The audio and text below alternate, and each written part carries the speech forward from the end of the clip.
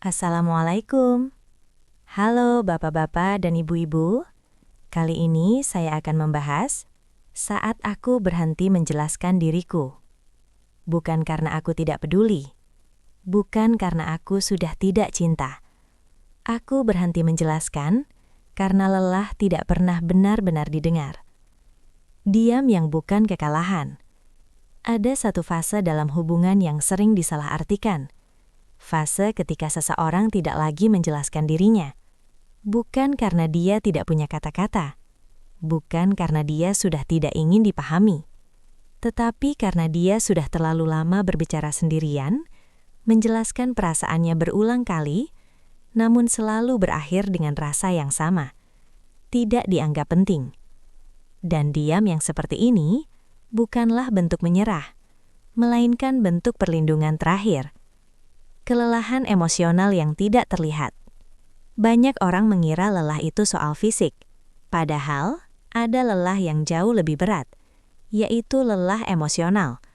Lelah karena setiap bicara harus mengulang dari awal, setiap menjelaskan harus membuktikan bahwa perasaan itu valid, setiap sedih dianggap berlebihan, setiap kecewa disuruh bersabar lagi, dan lama-lama hati belajar satu hal. Menjelaskan tidak selalu membawa kelegaan, kadang justru membawa luka baru. Proses diam itu tidak terjadi seketika. Tidak ada orang yang langsung diam. Diam itu proses panjang.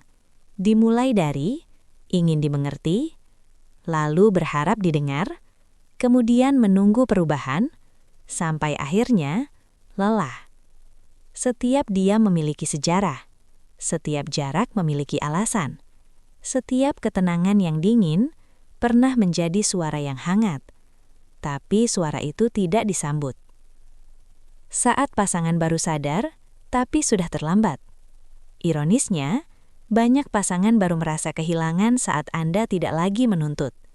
Saat Anda tidak lagi marah, tidak lagi menangis, tidak lagi menjelaskan. Mereka berkata, "Kamu berubah." Padahal yang berubah bukan cinta Anda, melainkan harapan Anda. Dan harapan yang mati perlahan tidak bisa dihidupkan hanya dengan satu kalimat maaf.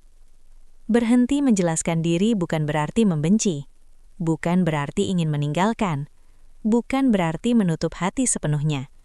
Seringkali itu hanya berarti, aku ingin aman dengan perasaanku sendiri.